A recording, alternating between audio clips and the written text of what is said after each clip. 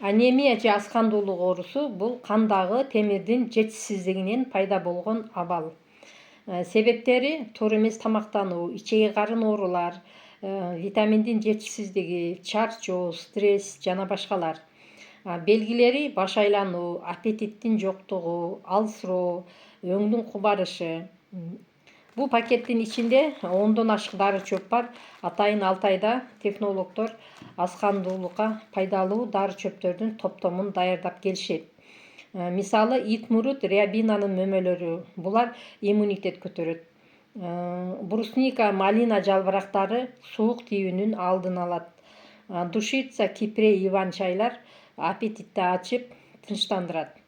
Сөзсүз дарыгердин көзөмөлүндө болуп, ушул дары чөптөрдүн тундурмасын ичип жүргөн болсоңуз, сизге күч-кубат, кандагы гемоглобиндин көрсөткүчү нормага келүүгө жардам берет.